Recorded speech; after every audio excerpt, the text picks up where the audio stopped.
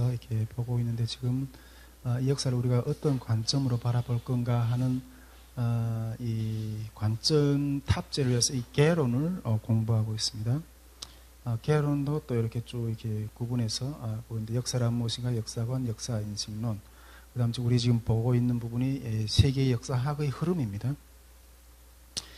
세계 역사학의 흐름도 고대 역사학, 보편사, 중세 역사학, 또 이게 보편사, 또 근대에 들어와서 보편사에서 개별사로 이렇게 변환되는 모습들을 보았습니다. 지난 시간까지. 오늘은 이어서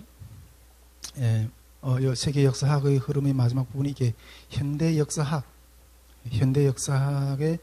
부분을 좀 보도록 하겠습니다. 현대 역사학은 우리가 앞에서도 보듯이 이렇게 그 고대, 중세, 근대는 이렇게 딱 요약할 수 있는 단어가 있었죠. 보편, 개별. 근데 이게 그 현대에 들어와서는 또 이게 요약할 수 있는 하나의 단어가 이게 문명사라는 거예요. 문명사. 문명사라는 어떤 이런 개념을 가지고 이제 현대 역사학의 흐름에 대한 어떤 그런 내용들을 좀 이렇게 보도록 하겠습니다. AI 보고 고대부터 중세의 그 그림을 이렇게 역 그림 그려달라니까 이렇게 그려주더라고요. 자, 앞에 다시 이야기했지만 요 키워드를 기억하십시오. 고대는 보편 질서 탐구 중심이었다. 중세는 이게 신중심의 보편사였다. 근대는 이게 민족 국가 중심의 개별사였다는 거죠. 근데 현대에 와서는 이게 문명 위기를 맞는데 이게 문명의 위기와 또 인간 미래의 역사 이런 관점으로 이게 그러니까 즉 이게 그 문명이다, 문명사라는 어떤 관점으로 이게 변환되고 있다 이런 관점을 가지고 공부하면 좋겠습니다. 그 키워드를 가지고 따라오시길 바랍니다. 자, 우리 여기 현대 역사학에 대한 뜻도 이렇게 단락을 나눴는데 20세기 역사 철학의 특성, 20세기 역사 철학이 형성되는 어떤 그런 형성 배경을 먼저 보고, 그 다음에 요게 그 20세기 역사학, 이게 역사학자들이 대표적인 학자들이 건데, 토인비, 그 다음 후쿠야마, 헌팅턴, 그 다음에 또 이 20세기 포스트 역사주의, 이런 부분들이 있는데, 요게 그 20세기 역사학의 주류 어떤 그런 맥들이거든요. 이런 부분들을 좀 이렇게 이어서 보도록 하겠습니다. 먼저 20세기 역사 철학의 특성을 좀 보도록 하겠습니다. 앞에서는 우리가 이 19세기에 형성된 어떤 역사학의 흐름들에 대해서, 특히 19세기 역사주의에 대해서 우리가 좀 배웠습니다. 그런데 이 20세기에 들어와서는 그 역사주의적인 그 19세기 역사 철학의 어떤 그런 것들이 다시 이렇게 좀 바뀌는 현상이 나타나거든요. 그 바뀌는 현상이 나타나게 되는 배경을 먼저 이해해야지 왜 이 현대 역사학에서는 문명이라는 어떤 큰 단위를 가지고 역사를 바라보는가 하는 어떤 것들을 이해가 되기 때문에 먼저 이 20세기 역사 철학의 특성, 20세기 역사 철학이 형성되게 되는 배경에 대해서 이렇게 좀 보도록 하겠습니다. 먼저는 이렇게 전쟁의 해모감이라는 거예요. 그 첫 번째 특징은 전쟁에 대한 해모감이었어요. 19세기 말, 뭐 또 20세기 초 이게 그 1차, 2차 세계대전이 일어나죠. 예. 그런 세계대전이 돼서 사람들이 전쟁에 대한 해모감이 이렇게 막 쌓이게 돼요. 제국주의 1차 세계대전이 일어난 이후에 또 러시아 혁명도 일어나고, 공산주의가 또 이렇게 전 세계에 확산되고, 또 그리고 2차 대전이 일어나고, 2차 대전을 통해서 미국과 소련이 이렇게 냉전 시대가 또 진행이 되죠. 그것도 그 연장선에서 한국전쟁, 베트남전쟁, 정말 이 19세기 말부터 20세기 초까지는 진짜 이게 전쟁들, 세계대전들이 일어나는 어떤 그 전쟁의 소용돌이였던 거죠. 그러면서 사람들은 막 이렇게 스트레스 쌓여 하면서 이 전쟁의 해모감에 대해서 상당히 많이 느끼게 돼요. 얼마나 많은 사람들이 죽었어요. 그러면서 사람들은 도대체 전쟁이라는 건 왜 일어나야 되는가? 왜 사람들이 이런 전쟁을 겪어야 하는지, 대해서 이렇게 막 이렇게 혐오감을 느끼면서 생각하게 되는 거죠. 그리고 앞으로도 또 이런 큰 세계대전이 일어나면 어떻게 되는가? 이 세계대전은 앞으로 또 세계대전은 언제 어디서 일어날 것이고 만약 일어난다면 어떻게 될 것인가? 2차 세계대전 마지막에 일본 히로시마에 원자탄이 떨어졌잖아요. 이 3차 세계대전은 거의 뭐 완전 지구 종말인 거예요. 그런 핵무기들이 막 터져버리면 지구는 그냥 없어지는 것 같은 어떤. 그래서 이런 공포감에 사람들이 전쟁의 혐오감에 이렇게 쌓이게 되는 거죠. 그러면서 사람들은 누구나 불안과 공포 속에서 나날들을 보내지 않으면 안 됐다는 거죠. 그들은 이런 전쟁들을 사람들을 배격하면서 대략적으로 내려진 결론은, 이 전쟁에 대한 대략적인 결론은 제국주의와 자본주의에 대한 불신이었어요. 예. 즉 국가적 이기주의와 민족적 우월주의를 통한 식민주의가 전쟁의 주범이라는 거예요.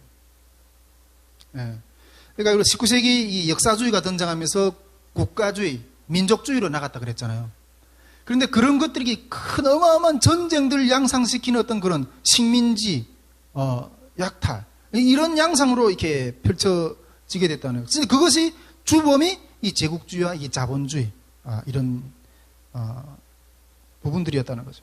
그래서 사람들은 더 나아가 이제는 이 유럽 중심의 역사 연구나 해석에서도 점진적으로 회의를 가졌어요.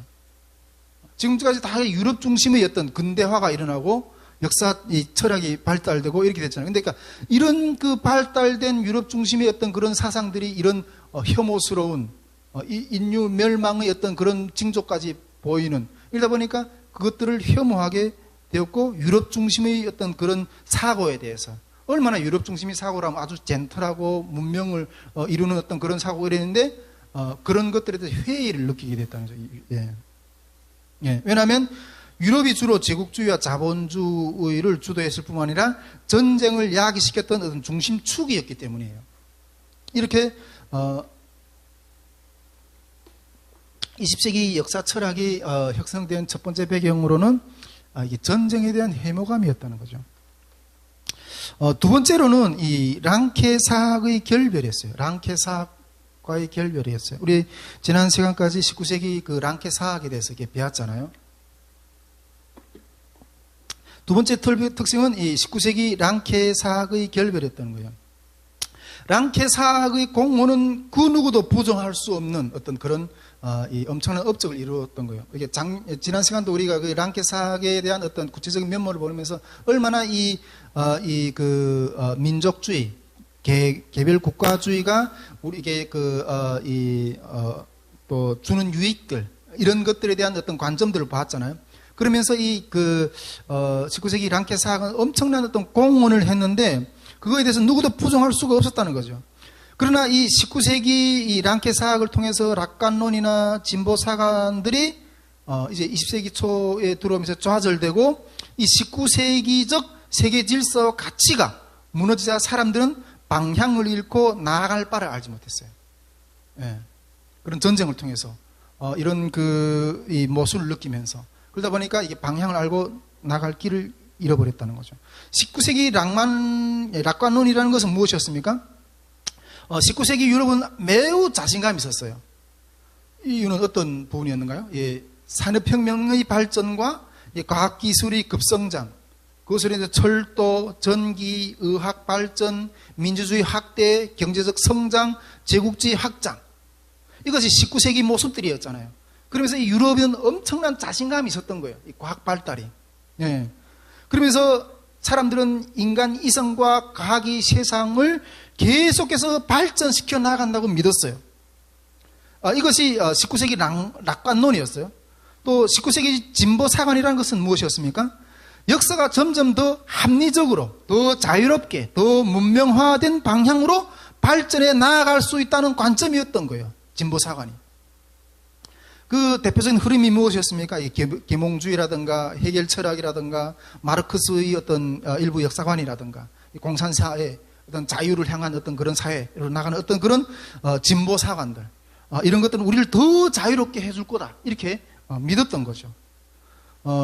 그러면서 과거보다 현재가 낫고 현재보다 미래가 더 나을 것이다. 이런 믿음이 있었던 거예요. 19세기에는. 그런데 왜 이런 것들이 무너졌습니까? 결정적인 충격은 1차 세계대전, 2차 세계대전 이렇게 겪으면서 그런 것들이 무너졌다는 거죠. 유럽은 이전까지 우리는 가장 문명화된 세계라고 생각했는데, 유럽이라는 이 지역이 가장 문명화된 세계라고 생각했는데, 이 전쟁이라는 현실을 딱 맞고 보니까 기관총, 뭐 독가스, 참호전, 대량 학살로 해서 수백만 명이 죽고, 2차 세계대전 그 유대인 학살에도 뭐 600만 명이 죽었다고 그러죠. 홀로코스트. 2024년도 그 독일에 갔을 때 유대인 포로 수용소 탐방도 가봤는데, 와, 끔찍하더라고요. 수용소가 엄청 크더라고요. 네. 그런 수용소가 독일 지역에 각 곳에 있다고 그러더라고요.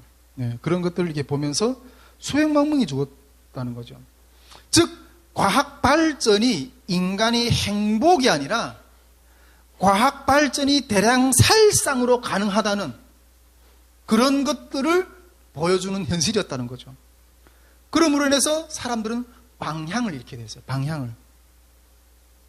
이 표는 단순한 감정이 아니라 진리가 무엇이 진리인가? 역사는 어디로 가는가? 인간은 왜 발전하는가? 문명은 왜 선하다고 말하는가? 이러한 확신들이 다 사라진 거예요. 이런 확신들이. 그래서 20세기에 와서 역사 철학의 방향이 바뀌게 돼요. 역사 철학의 방향이.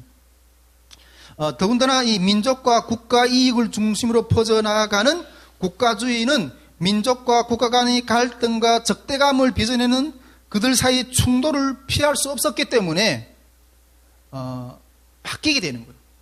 그러면서 여기에는 이 랑케 사학이 설 자리가 더 이상 없어지게 되는. 랑케 사학이 뭐 좋은 면도 있지만 좀 극단적으로 나서 민족주의, 국가주의로 나갔잖아요. 국가주의적으로 나갔던 결과가 이게 1, 2차 세계대전인 거예요. 그러다 보니까 랑케 사학은 이제는 더 이상 설 자리가 없어지는 어떤 그런 상황이 되었던 거죠. 랑케 사학이 유럽을 중심으로 하는 세계사의 자리에 잡고 있었기 때문에 이제는 역사 단위를 국민국가로 맞추려고 하는 이런 부분들에 대해 회의감을 느끼게 됐다는 거죠. 자, 그래서 이 랑케 사학에 대한 결별이 이게 20세기에 들어와서는 이게 진행이 되게 됩니다. 자, 이어서 유럽 중심의 사고가 이게 사고로부터 이게 탈피하는 어떤 그런 생각이 일어나게 됩니다. 앞에서 설명했던 것처럼 이런 맥락 가운데서 우선 유럽 중심에서 탈피하려는 역사 철학이 등장하게 돼요. 즉 유럽에서 벗어나려는 방법과 해석들이 나타나게 된다는 거죠. 그 전형적인 역사 해석 가운데 하나가 순환론적 역사 발전 과정이라는 거예요. 우리가 앞에서 이 사관들을 배울 때 순환론 사관, 뭐 직선 사관, 뭐 이런 것들을 배웠잖아요. 그런데 그러면서 이렇게 이 유럽의 어떤 그런 것들을 탈피하려고 하면서 순환론적인 사고의 과정으로 역사 발전까지 받아들이게 된다는 거죠. 말하자면 유럽의 역사도 순환론에 의해서 쇠퇴하여 막을 내리는 때가 반드시 있다는 거예요. 유럽의 역사도. 유럽이 지금 이때가 19세기 그 역사주의나 어떤 그런 그 사상을 통해서 엄청난 어떤 그런 발전을 했잖아요. 그런데 이제는 그 유럽 중심의 사고도 순환론 쪽으로 이제는 쇠퇴해 가고 있다. 이렇게 보게 되는 거죠. 그래서 역사 단위도 이제는 민족이나 국가적인 차원이 아니라 보다 더 넓은 큰 단위인 문명으로 바라봐야 한다는 어떤 그런 생각들이 일어나게 됩니다. 자, 이런 해석을 가장 대표적인 했던 사람이 20세기에 이 시빙글리라는 어떤 그 학자가 있는데, 그리고 이 시빙글리의 어떤 그 사고를 더 전문적으로 발전시킨 사람이 토인비였어요. 토인비. 자, 이렇게 유럽 중심의 사고를 이제는 탈피하려고 하는 어떤 그런 생각이 일어나게 됐다는 거죠. 마지막으로 이 탈냉전 역사 철학이 또 사고가 일어나게 됩니다. 조금 더 나가서 이제 2차 세계대전이 일어나고 그때 냉전 시대가 됐잖아요. 그런데 1990년대 그 냉전이 종식이 되죠. 구소련이 이렇게 해체됨으로 인해서 동유럽 국가들이 다 무너짐으로 인해서 서유럽과 그 동유럽 사이의 어떤 냉전 시대가 이제는 종식이 됐잖아요. 이 냉전 시대가 이 종식을 계기로 해서 등장한 역사학자들로서는 이 후쿠야마, 또 사무엘 핸딩턴 등 이런 밀러 같은 이런 사람들이 있습니다. 이 탈냉전의 충격으로 일어나 이 탈냉전이 충격으로 해서 역사의 앞날을 낙관적으로 보는 사람들이 있는가 하면 역사의 앞날을 반대로 비관적으로 또 보는 사람들이 나타났어요. 냉전이 이렇게 저는 이때까지 냉전 시대가 됐는데 냉전이 시대가 끝남으로 인해서 이제는 이렇게 역사를 더 낙관적으로 바라는 사람 한 부류가 있는가 하면 또 반대편 역사를 아주 더 이렇게 불안하게 바라보는 그런 사람들이 있게 됐다는 거죠. 낙관적으로 바라본 사람들은 어떻게 생각했는가 하면 결국 이 냉전 시대 종식은 어떤 체제의 승리로 이게 일어났죠? 자유민주주의 승리로 끝났잖아요. 사회주의와 동구권 이 사회주의 국가들 다 무너지고 사회주의 대 자유민주주의 어떤 그런 이 대립이었는데 결국 자유민주주의가 승리했잖아요. 그래서 이 낙관적으로 바라보는 사람들은 이 자유민주주의와 자본주의 발달로 동질화된 역사는 더 이상 진화될 필요 없는 온전한 탈역사 시대가 이뤘다고 이게 이야기해요. 그러니까 이게 자유민주주의가 이제는 역사의 마지막 어떤 그런 사회다. 그래서 결국 그것이 이렇게 이루게 됐다. 이런 이야기를 하는 사람이 낙관적으로 바라보는 사람들. 요 사관을 더 확실하게 펼치는 사람이 후쿠야마라는 어떤 역사 철학가거든요. 자, 그러나 반면에 또 냉전이 종식된 이후에 또 좀 비관적으로 바라보는 사람들은 탈냉전은 잠깐의 휴식일 뿐이지 종교를 바탕으로 하는 문명들 간의 충돌이 앞으로 또 일어날 거다. 요즘엔 또 신냉전 시대라고 그러죠. 중국과 미국과의 또 일어날 거다. 탈냉전은 뭐 잠깐의 휴식이었지 앞으로 또 이런 냉전의 충돌이 또 일어날 거다. 이런 사고가 일어나게 됐어요. 자, 이렇게 탈냉전 역사 철학이 또 등장하게 돼요. 이것이 20세기 역사 철학이 형성되게 되는 배경들이에요. 배경들. 자, 그러면 그 가운데서 가장 주목받는 20세기 역사학자는 토인비, 후쿠야마, 헌팅턴 이런 세 사람인데 이 세 사람의 사상을 좀 우리가 하나하나 들어보면서 20세기 역사 철학에 대해서 역사학에 대해서 좀 이렇게 세계 역사학에 대한 흐름에 대해서 좀 보도록 하겠습니다.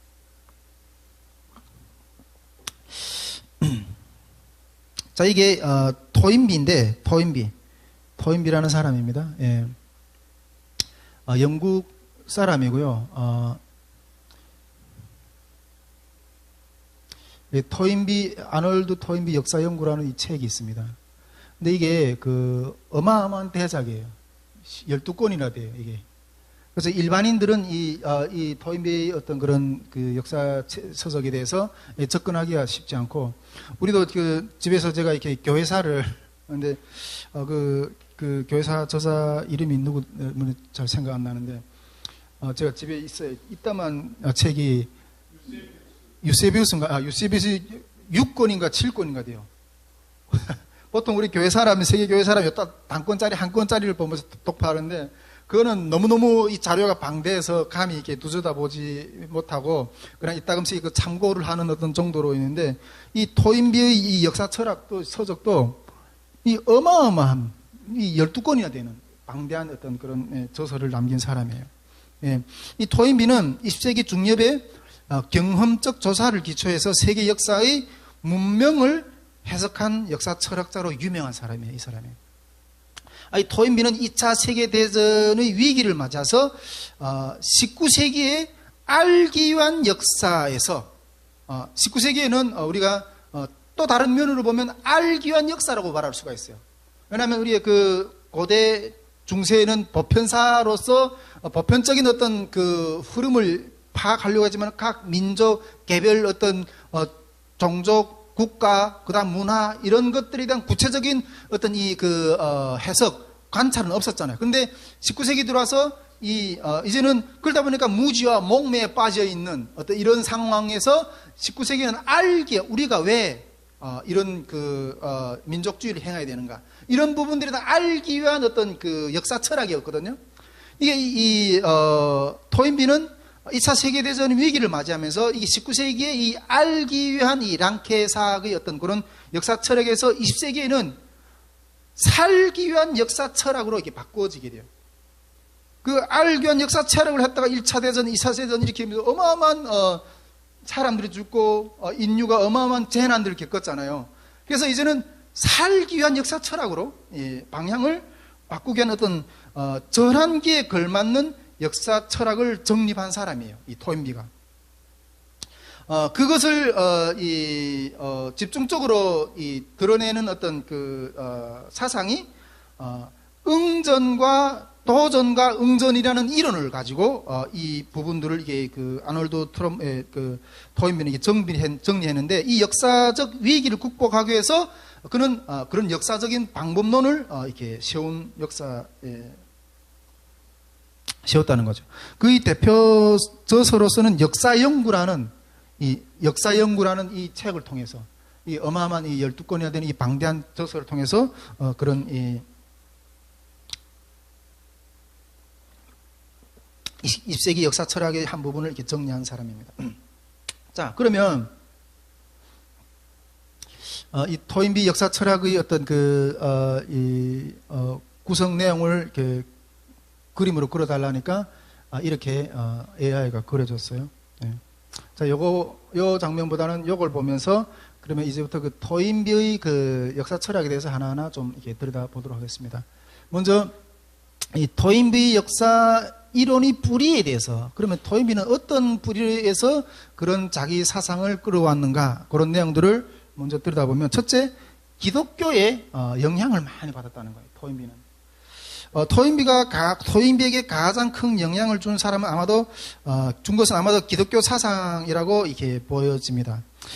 토인비는 세계와 역사 안에 있는 모든 것들은 전적으로 하나님에 의하여 시간적으로나 공간적으로나 움직여 나가는 변경될 수 없는 운동이라고 봤어요. 토인비는. 시간적으로나 공간적으로 다 이게 하나님의 어떤 이 통치 가운데 역사를 진행시키는 것 가운데 있는 하나의 운동이라고, 하나의 어떤 방향이라고 이렇게 봤어요.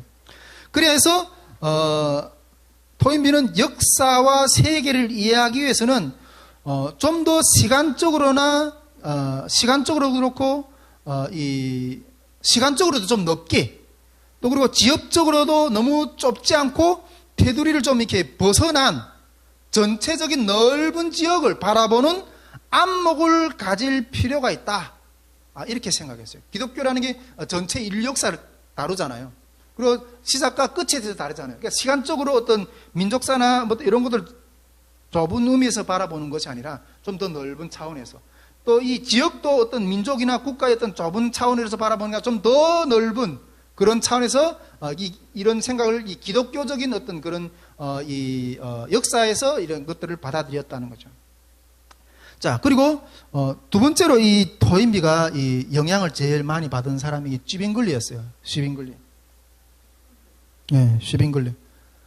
여기 그 쥐빙글리가 이 서구의 몰락이라는 이 책을 썼거든요. 예.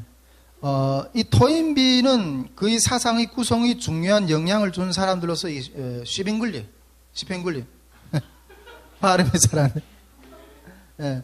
쥐빙글리. 예. 잘 알아들으세요. 예. 이 쥐빙글리는 이 서양의 몰락이라는 책을 썼어요.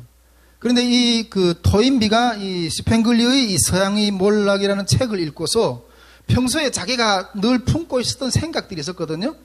그런 것들이 스팽글리의 서양의 몰락이라는 그 책을 읽으면서 그의 어떤 생각이 정리되고 확실하게 이렇게 자리 잡게 되는 거예요. 예. 서구의 몰락. 예. 내가 이제 뭐라 했어요? 서양의 몰락.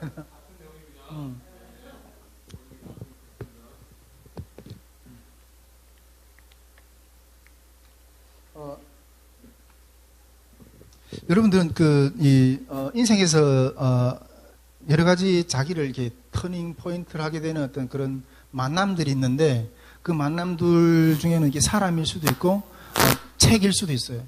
책일 수도 있고. 뭐 제가 누누이 종종 이야기하지만은 제가 이렇게 바빙크의 이게 개혁교의학 그 어마어마한 이 4권짜리 책을 읽으면서 제가 그렇게 방황했던 신앙의 모든 어떤 뿌리들, 줄기들, 그 논쟁들, 어떤 이런 것들을 한 줄에 그냥 쫙 이렇게 정리해 준 어떤 그런 책이었어요. 어마어마한 중요한 책인데, 토인비는 시팽글리의 이 서양의 몰락을 만나고 나서 자기가 평소에 했던 생각들을 정리하는 어떤 그런 계기가 되었다는 거죠. 토인비가. 근데 이 토인비는 이 스팽글러의 책에서 다음 2가지의 역사 이해에 대해서 아주 찬사를 아끼지 않았어요. 첫째는 뭔가 하면, 스팽글러의 서양의 몰락에 보면 이렇게 문명이라는 개념이 나와요. 문명이라는 개념. 문명이라는 개념이었고, 다음 또 다른 한 가지는 동시대적 역사 연구라는 이런 개념이에요. 동시대적. 그러니까 말하면 미국이라는 어떤 그런 이게 역사가 있다면, 그런 문명이 있다면, 뭐 또 이 동양에서는 또 뭐 중국이라는 어떤, 그 다음에 또 저기 아프리카나 이런 데는 또 다 다른 그런 것들은 이게 동시대적으로 어떤 각자 이게 일어나는 이런 이 동시대, 문명이라는 개념하고 동시대적 역사 연구, 이런 개념이 엄청나게 이 토인비에게 큰 영향을 주었어요. 저도 이렇게 그 역사 공부를 집에서 할 때는 우리 집의 벽에다가 이게 집의 벽에다가 제일 위에다가 한국사 공부를 쫙 했어요. 한국사에서 그 시간 라인을 딱 따른 왕조, 쭉 그 다음에 뭐 고조선, 조선, 이게 그 고려, 고구려, 고려, 뭐 조선, 뭐 이렇게 쭉 역사를 그 가운데 왕조 사건들 쭉 정리한 다음에 밑에다가 서양사를 이 연대별로 쫙 연구하고, 또 그 밑에다가 일본사, 그 다음에 중국사, 그 다음에 성경. 그러니까 이게 쭉 이 시대 연대별로 이렇게 해서 그 한눈에 들어올 수 있도록. 예. 그래서 하나 딱, 우리 조선시대에는 서양에는 어떤 사건이 일어났고, 조선시대에는 뭐 우리 뭐 히브리 역사는 뭐 어떻게 흘러왔고, 이렇게 보는, 벽에 옛날에 그날 연구했던 거 타이즈는 뒤에서 버렸어. 내가 솔직히 그걸 이렇게 그 액자로 만들어가지고 평생 집에다 이렇게 달아 놓으려고 했어요. 삶의 아픈 고난 속에서 다 휴지 조각이 된 것들이 너무너무 많아요. 예. 이런 동시대적 연구, 이런 관점이 중요해요. 그런 관점을 가져야지 이게 우리가 전체적인 이 세상 흐름의 맥락을 이해할 수가 있거든요. 근데 그런 자료들이 상당히 요즘에 많이 나와 있어요. 예. 토인비는 이 스팽글리어의 이게 문명이라는 어떤 개념하고 동시대적인 연구라는 이런 개념을 엄청나게 찬사를 아끼지 않았다는 거죠. 즉, 역사 연구의 대상은, 이 토인비는 이 스팽글리어의 어떤 그런 책을 연구하면서 역사 연구의 대상은 군대 유럽의 국민국가나 혹은 그리스, 로마의 도시국가와 같은 단편적인 테두리의 단위에서가 안 되고, 우리가 19세기 역사학이라는 건 다 개별 국가, 민족 이런 것들을 집중해 보는 어떤 그런 관점이었잖아요. 그런데 이 토인비는 그런 이제는 연구 대상이 서유럽의 민족 국민국가나 뭐 그리스라든가 로마 도시국가 같은 그런 단편적인 단위의 테두리에서가 아니라 보다 넓은 범위, 적어도 사회적, 문화적 통일체로서의 문명이 되어야 된다. 이제 국가 단위로 이렇게 그 바라보는 것이 아니라 문명 단위로 이렇게 좀 넓은 지역의 문명 단위로 우리가 바라봐야 된다. 이런 그 개념을 이 시벤글리로부터 이게 받아들이게 되는 거예요. 이게 이렇게 이때까지는 무슨 개별 국가들을 봤잖아요. 근데 이제는 이게 로마 문명, 서구 문명, 이슬람 문명, 중국 문명, 이런 문명 단위로 역사를 바라봐야 된다. 이런 관점을 세우게 되었다는 거죠. 자, 이게 토인비가 그 자기 이론을 이게 많이 영향을 받은 어떤 그런 뿌리라는 거죠. 자, 이어서 토인비 역사 철학에서는 역사의 주체는 앞에서도 이야기했지만은 국가가 아니라 문명으로 봐야 된다는 거예요. 국가가 아니라 문명으로 봐야 된다는 거예요. 역사의 주체를. 네.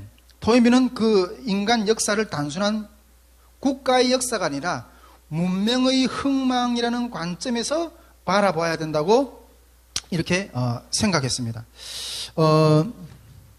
여러분, 이 문명이라는 관점에서 이때까지 이렇게 그 역사를 바라보는 어떤 그런 생각을 해봤어요? 이런 유명한 말 있죠. 로마 문명이 얼마나 위대했어요.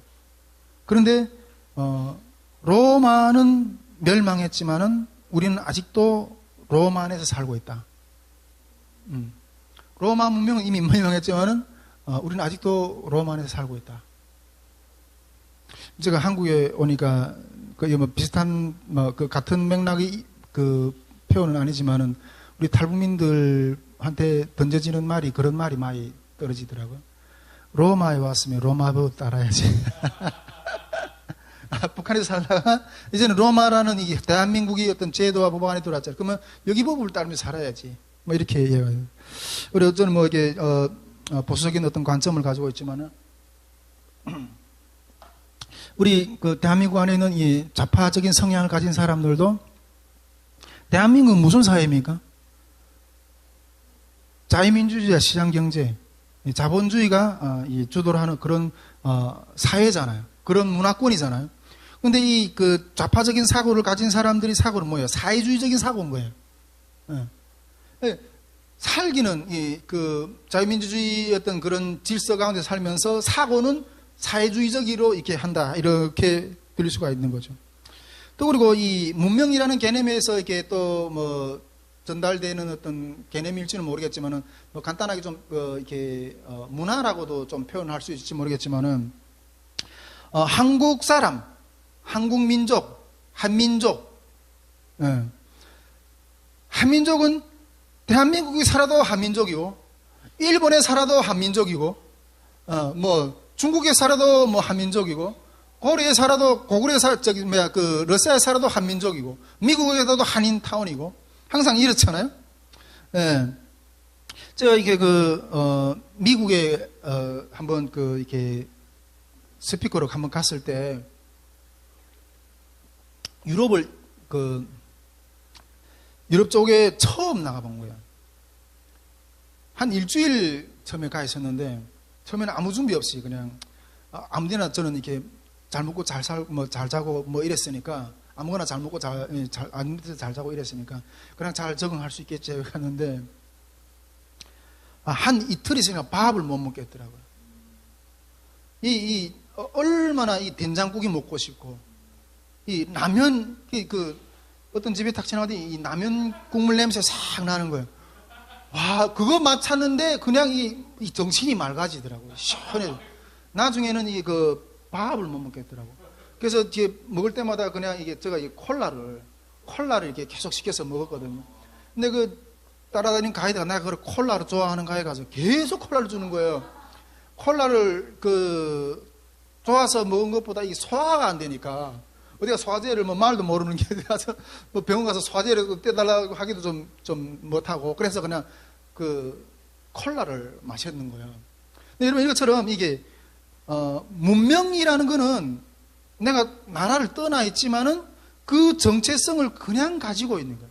그러니까 이 문명이라는 것도 하나의 책이긴 하지만 이런 것도 문화의 어떤 부분들, 그거 좀 이해를 돕기 위해서 어떤 그런 문명 단위들, 어떤 같은 동족들끼리 이런 문명적인 개념으로 바라봐요. 이런 문명을 연구하는 개념으로 봐야 된다는 거예요. 국가가 아니라. 우리가 중국이라는 어떤 이 나라 가운데서 얼마나 56개 소수민족들 있잖아요. 그건 다 이게 문화가 다르거든요. 전통이 다르거든요. 그러니까 이게 화합하기 얼마나 힘들어요. 중국이 아무리 대국처럼 이렇게 보인다 해서 지금 사회적 문제가 이렇게 조그만 어떤 터치 하나도 이렇게 그걸 통제하기 위해서 어마어마하게 어떤 이 국가 시스템을 장치를 막 2중, 3중, 4중으로 깊게 그걸 이루어내려고 그렇게 하잖아요. 그러니까 이게 문명이라는, 그러니까 국가 개념이 아닌 민족주의 개념이 아닌 문명이라는 개념의 단위로 역사를 들여봐야 된다는 거예요. 네. 토인비는 즉 역사를 왕조나 국가 중심으로 보지 않았다는 거죠. 그는 인류 역사를 여러 문명의 탄생과 성장, 붕괴 과정으로 이해를 해야 된다는 거예요. 문명이 탄생했다가 성장했다가 쇠퇴했다가 해체되는 이런 범위를 바라봐야 된다는 역사를. 예를 들어 이집트 문명이라든가 그리스 문명이라든가 중국 문명이라든가 인도 문명이라든가 서구 문명이라든가 이슬람 문명이라든가 다 이 문명 단위로 가잖아요. 예.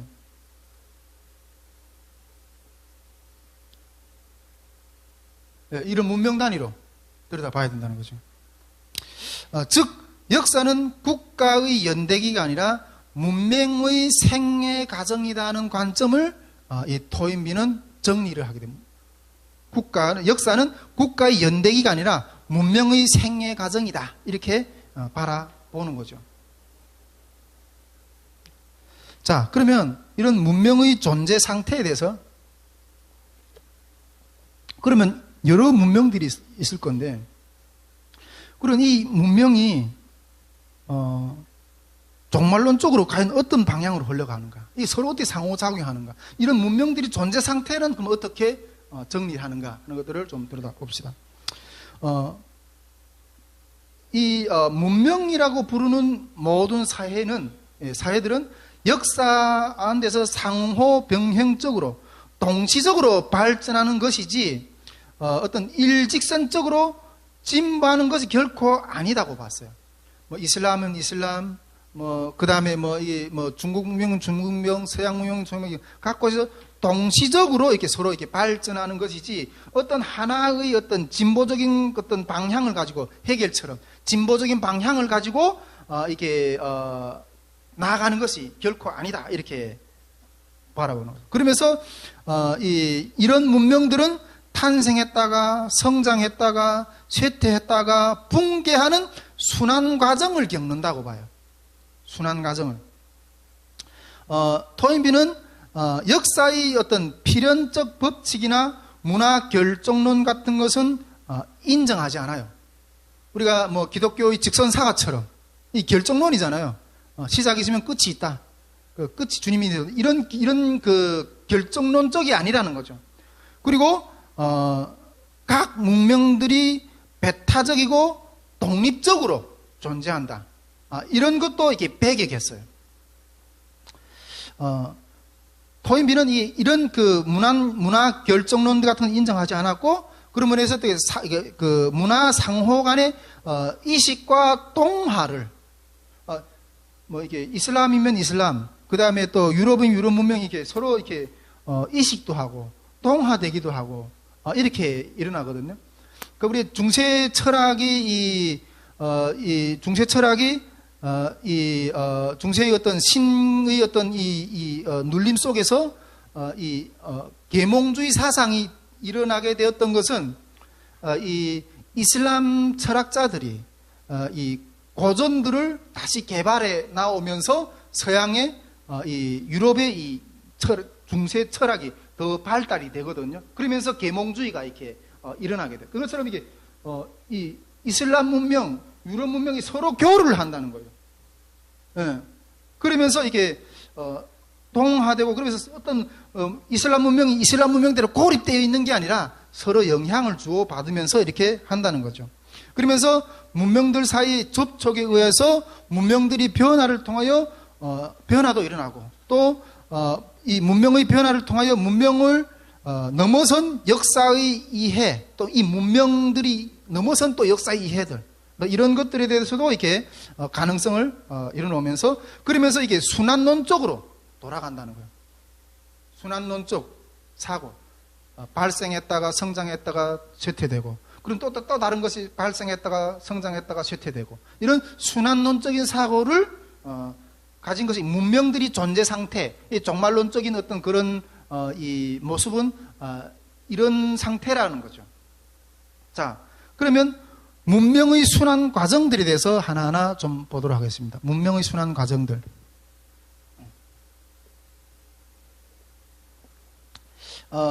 토인비는 이렇게 문명이라는 연구 주제를 정한 다음에 그의 사상을 하나하나 전개해 나가요. 그럼 먼저 문명은 어떻게 발생하는가? 그렇다면 이런 문명들은 어떻게 발생하는가 하는 생각을 먼저 하게 돼요.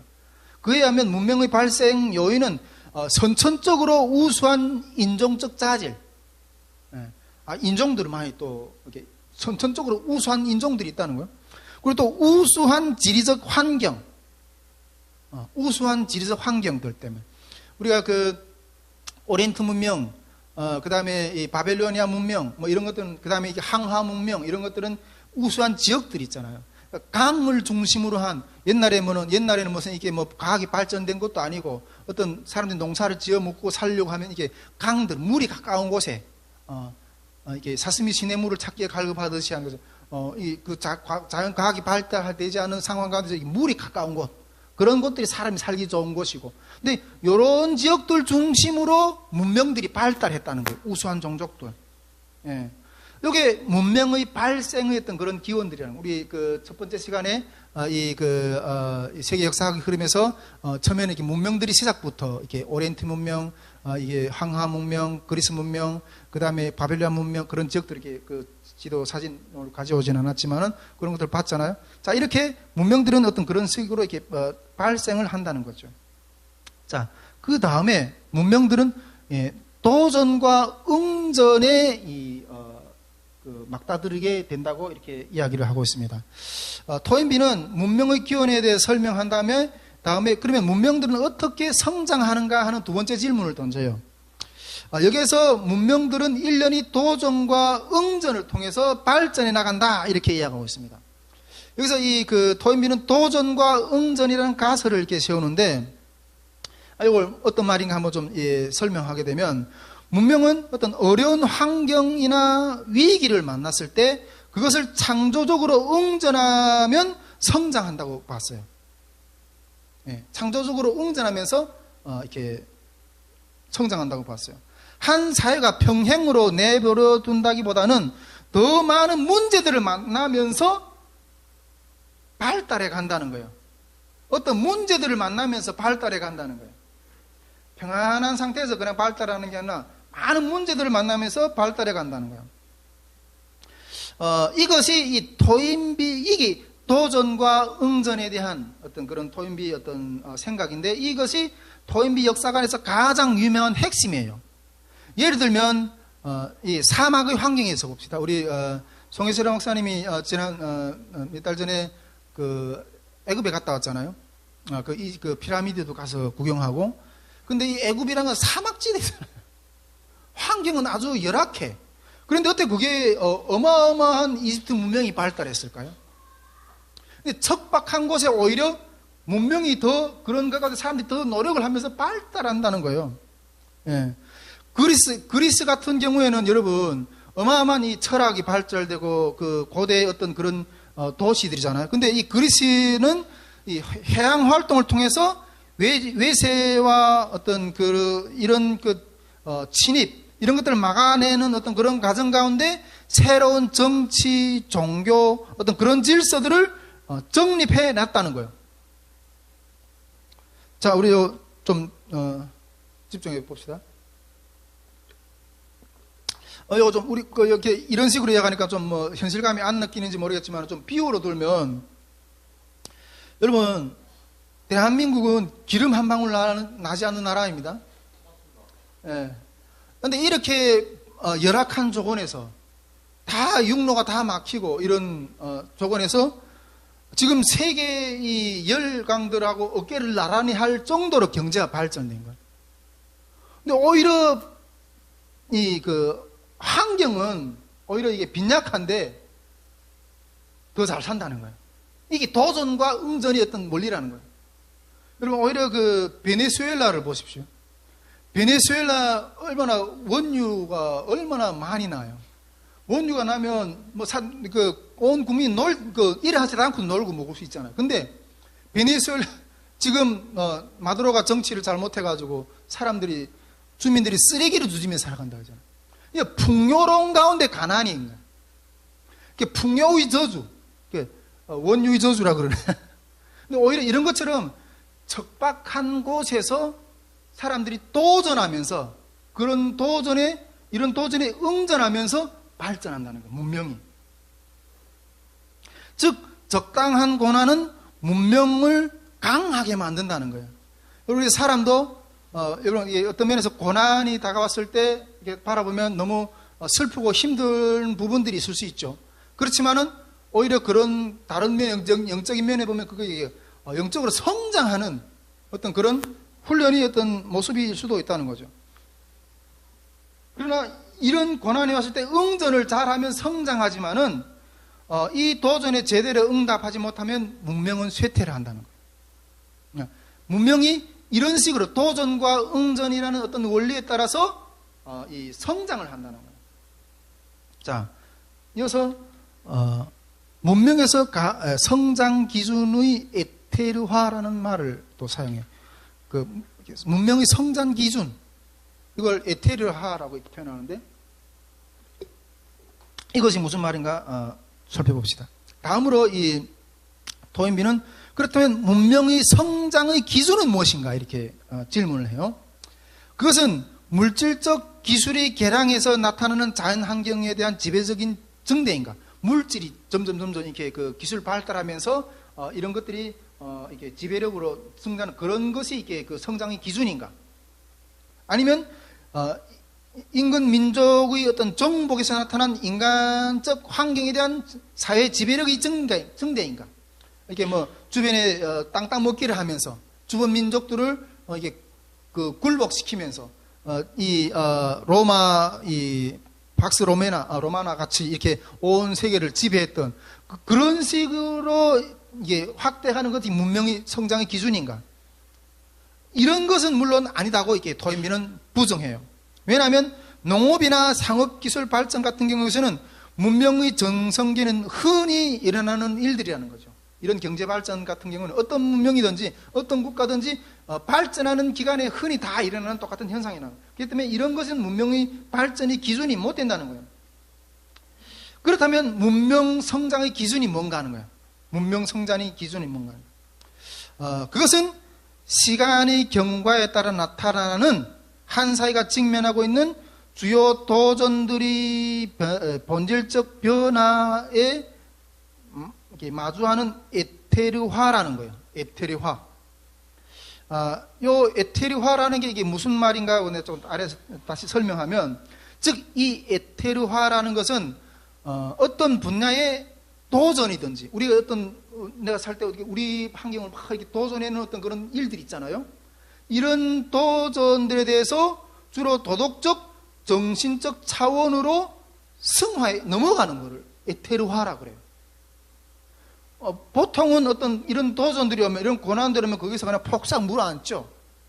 근데 그런 것들이 왔을 때 그것들을 누르고 승화시켜버리는, 이것을 에테르화라고 그래요. 비유로 이야기하면 우리가 칼보다 정신이 강하다 그러죠.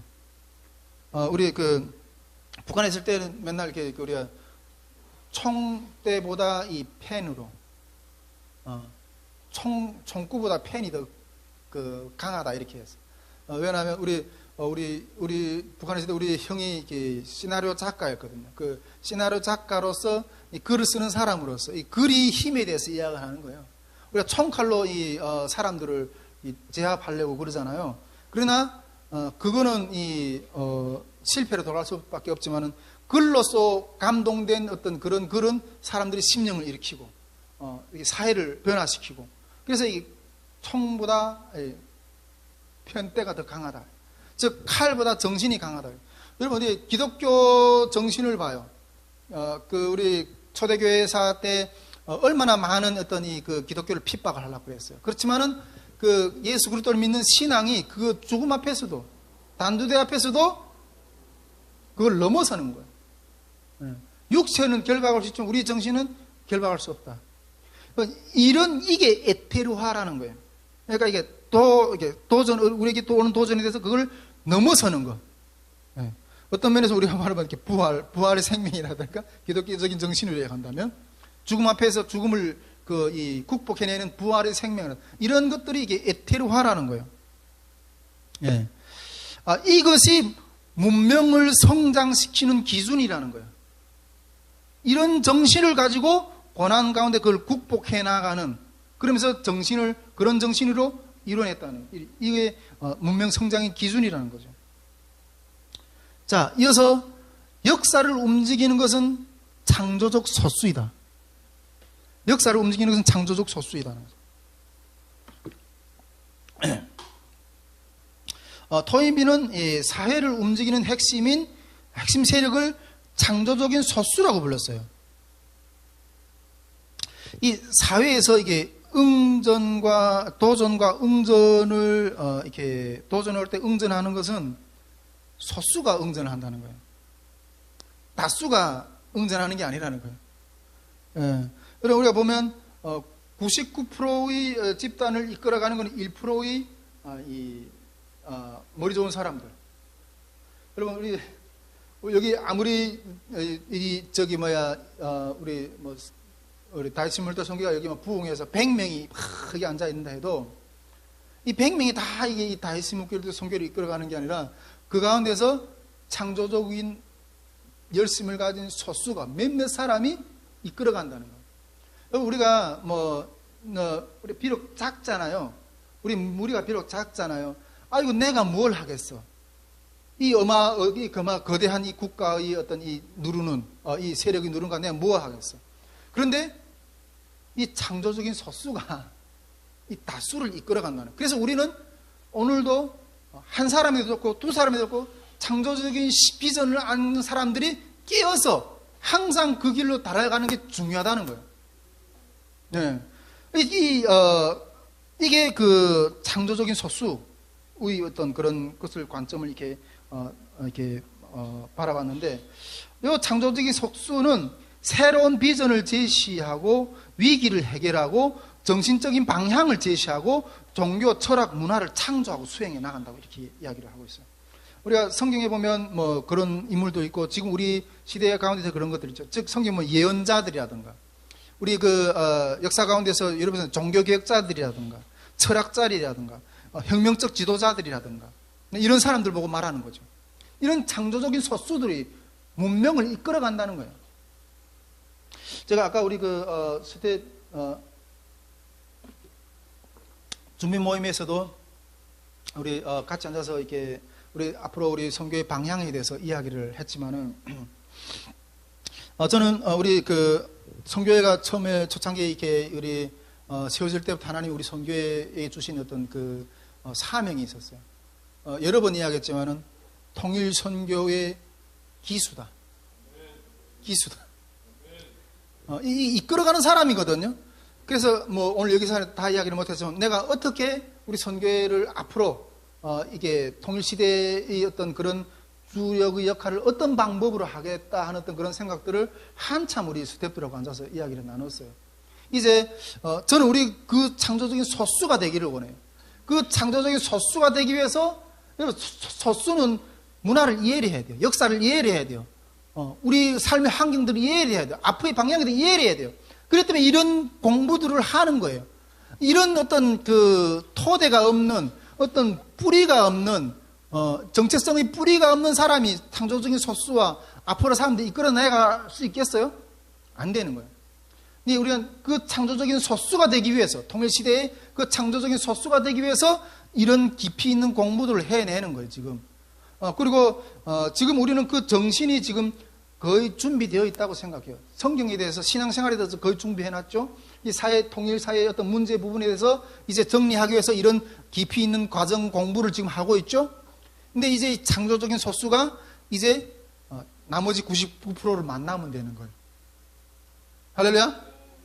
나머지 이제 99%는 아까도 이야기했지만은, 우리 그 수대 모임 때 이야기했지만은, 여기 이제 이 현대사 공부를 끝나면 화요일 날에는 이게 우리 한국 사회에 나오는 탈북민들 가운데서 각 영역에서 성공한 또 고초를 가진 그런 탈북민들을 초대하고 담화하는 어떤 그런 장들을 계속 열 거예요. 예. 그런 계획을 가지고 지금 가지고 있다는 거죠. 자, 이것이 창조적인 소수를 주목을 했어요. 그런데 이 도엠비는 그러나 이 창조적인 소수가 타락하면 어떻게 되는가 하는 거예요. 창조적인 소수가 타락하게 되면 강압을 가지고 체제를 유지하려고 하는데, 만일 그렇게 된다면 문명이 붕괴된다는 거예요. 자, 이어서 문명의 쇠퇴에 대해서 이야기하고 있습니다. 문명의 쇠퇴. 문명의 쇠퇴, 미메시스. 미메시스. 이 표현이 좀 어려운데, 문명의 쇠퇴, 미메시스라는 이야기를 했는데, 그러면 이렇게 성장하는 그 문명이 어떻게 쇠퇴하는 과정을 겪는가, 이걸 설명하는데, 그는 문명의 쇠퇴 원인은 무엇인가 하는 또 다음의 질문을 던지게 됩니다. 그러면서 토엠비는 문명의 쇠퇴 원인으로 삼고 있는 내적인 원인에 대해서 이야기를 해요. 내적인 원인. 즉, 앞에서 우리가 창조적인 소수에 대해 이야기했죠? 근데 이 창조적인 소수 집단과 비창조적인 다수 집단이 조화 관계를 이루어주는 것이 사회적 미메시스라는 거예요. 창조적 소수와 비창조적인 다수가 있잖아요. 근데 이 관계를 이어주는 것이 미메시스라는 거예요. 이 미메시스라는 건 다른 말로 말하면 어떤 모방이라고 이야기할 수 있는데, 이 창조적인 소수의 지도 집단이 비창조적인 다수 집단을 교도하는 일종의 훈련 방식이라고 그래요. 즉, 이 창조적인 소수를 비창조적인 다수가 따라야 되잖아요. 예. 따라야 그 문명이 국가 유지돼. 근데 요 따르게 하는 방법이라는 거예요. 예. 그런데 이 따르게 하는 방법인데, 요 창조적인 소수 집단이 창조성을 발휘하지 못하고 강압을 요구하게 되면 대중은 거기서 이탈하게 된다는 거예요. 요 창조적인 소수가 이 대중을 자율적으로 기쁨으로 따르게 해야지 문명이 성장하는데, 이 창조적인 소수가 자기 기능을 잃고 창조성을 발휘하지 못하고 권력을 유지하기 위해서 강압을 이제는 강압으로 이제 이 비창조적인 다수를 이끌려고 할 때, 그때 문명의 쇠퇴가 시작. 이게 문명의 쇠퇴의 어떤 그런 발단이 된다는 거죠. 이해가 됩니까? 예. 이어서 문명의 해체에 대해서 이야기를 하고 있습니다. 문명의 쇠퇴기 다음에는 문명의 해체기가 오는데, 문명의 해체기는 군국주의와 같은 지도자의 지배력이 증가하면서 사회가 분열이 된다고 생각해요. 문명의 해체기는 이 군국주의 같은 어떤 그런 독재자가 나타난다는 거예요. 예.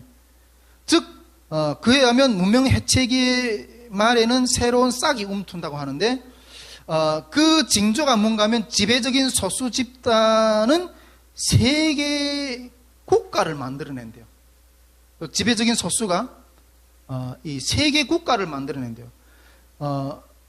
왜 이 지배적인 소수가 세계 국가를 만들어내는가? 앞에서 이 지배적인 소수가 창조성을 발휘하면 문명을 발전시킨다 그랬잖아요. 근데 이제는 그 타락해가지고 창조성 같은 건 아주 이렇게 그건 재버리고 그냥 제 어떤 안일만 챙기고 그냥 그 어떤 체제만 유지하면서 배만 뚱뚱하고 싶은 거예요. 그러다 보니까 말은 안 듣지. 하니까 이제는 창조성을 잃어버리고 문명을 억지로 유지하기 위한 거대 통합 체계를 구성한다는 거예요.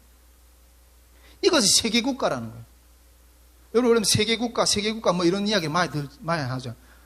이 토인비 이론에 의하면 이게 문명의 해체기에 나타나는 현상이라는 거예요. 문명이 성장기에 나타나는 현상이 아니라 문명이 해체기에 나타나는 현상이라는 거예요. 실례로 로마, 로마 제국, 또 그런 어떤 부분들이 있고, 또 지금 시대에 이렇게 보면 이렇게 국제연합 EU 같은 것들, 그 EU라는 거는 이게 세계를 통합 국가로 만들려고, 통합을 하려고 어떤 평화를 위해서 그런 EU라든가 이런 것들이 세계 국가의 어떤 한 형태이거든요. 그리고 이게 이 금융, 세계 금융, 미국이 지금 달러 패권을 가지고 엄청나게 이렇게 흔들고 있잖아요. 그래, 달러 패권을 사용하는 모든 국가들이 달러로 들어가게. 근데 그 달러를 찍어서 이렇게 물건을 사게 하고 그러다 보니까 지금 미국의 이 부채가 어마어마하게 이렇게 늘어나는 채권 부채가. 미국의 1년 예산 가운데 이 부채를 상환하는 이자를 갚는 돈만 해도 한 10% 가까이 된다고 그래요. 9%인가 그렇게 된다고 그래요. 그래서 요즘에 이 달러 패권이 흔들리려고 하니까 이게 스테이블 코인을 가지고 스테이블 코인을 발행해 가지고 미국 달러를 사들일 수 있게끔. 그러니까 이게 금융을 통해서도 세계를 장악하는, 여기에 대해서 또 이제 중국이 위안화의 패권을 또 세우려고 이렇게 돼가죠. 이게 세계 국가의 하나의 어떤 모습이라는 거죠. 예. 세계 국가의 하나의 모습이라는 거죠. 또 그리고 이 문명의 쇠퇴기에는 이 창조적인 소수가 창조성을 발휘하지 못하고 이제 강압적으로 세계 이 국가를 만드는 하는 모습이 하나 나타나고, 또 그리고 내적 프로레타들은 소위 고등 종교인 세계교회를 만들려고 한대요. 세계교회를. 예. 오늘 우리가 보면 이게 WCC 같은 어떤 그런 현상들이 세계교회를 만들려고 하는 어떤 그런 현상이라고 말할 수가 있죠. 이런 것처럼, 근데 여기에 반해서 외적 프로레타들은 집단적으로 그것을 반항하려고 하는 어떤 그런 모습도 일어난다는 거죠. 이 집단적으로 이런 것들이 일어났을 때 반항하려고 했던 건, 실례로 보면 로마를 무너뜨린 게르만족 같은, 로마 어떤 통합정부를 무너뜨리던 게르만족과 같은 어떤 이 프로레타리아 전투적 집단들이 만들어지고 일어나게 된다는 거죠. 자, 이렇게 요게 제가 봤을 때는 우리 김성 목사님이나 무슨 이렇게 다른 분들이 계속 세계 정부 어떻고, 그 다음에 무슨 다 이런 것들 그런 뭐라 그러죠? 이렇게 유언비라 그러나요? 무슨 이론이라 그러지? 갑자기 생각. 음모론이라고 그런 착각으로 했거든요. 근데 토인비 이론이에요, 이게. 네. 문명의 쇠퇴기에 이런 창조적인 소수들이 자기 기능을 잃었고 억지로 이 세계를 이렇게 통합하고 이끌어 나가기 위해서 이런 통합정부, 통합교회 이런 방향으로 나간다는 거예요. 이 토인비 이론이에요. 예. 그래서 토인비는 문명은 외부의 공격 때문에 무너진다기보다는 내부의 정신적 붕괴 때문에 무너진다고 보았어요. 붕괴의 과정은 창조성의 상실, 지배계급의 경질, 사회 분열, 내부 프로레타들의 형성, 외부의 체력의 침입, 그러면서 문명이 이렇게 결국 해체되는 이런 과정들을 겪어 나아간다는 거예요. 즉, 토인비는 문명은 자살하는 것이지 살해당하는 것이 아니라는 거예요. 이런 유명한 말을 남겨놨어요. 여러분, 우리가 스스로 자살하는 것이 외부에서 살해를 당하는 게 아니라는 거예요. 그래서 외부의 적보다 내부의 어떤 그런 영성 관리를 하는 게 더 중요하다. 일반 개인의 어떤 삶 가운데도 그렇고 국가도 그렇고 문명, 생명의 흐름을 전반적으로 이렇게 설명을 하고 있습니다. 이어서 마지막으로 종교의 중요성에 대해서 이 토인비는 이야기하고 있습니다. 토인비는 후기에 후기 삶 가운데 종교를 특히 많이 강조했습니다. 그는 물질 문명만으로는 인간 문제가 해결되지 않기 때문에 문명의 최종 회복은 영적 차원에 달려 있다고 봤어요. 문명의 최종 차원은. 그래서 특히 고등 종교인 기독교라든가 불교라든가 이슬람 이런 그 기독교에 대해 이런 그 종교에 대해서 상당히 많이 관심을 가졌고 이 문명의 위기를 극복할 수 있는 핵심은 오직 이런 종교에 달려 있다 이렇게 이야기를 하고 있습니다. 예, 어디 지루하십니까? 근데 이 내용은 이해를 하는 게 너무 중요한 내용들입니다. 이게. 예. 자, 오늘 뭐 여기까지 하고 우리 같이 기도하도록 하겠습니다.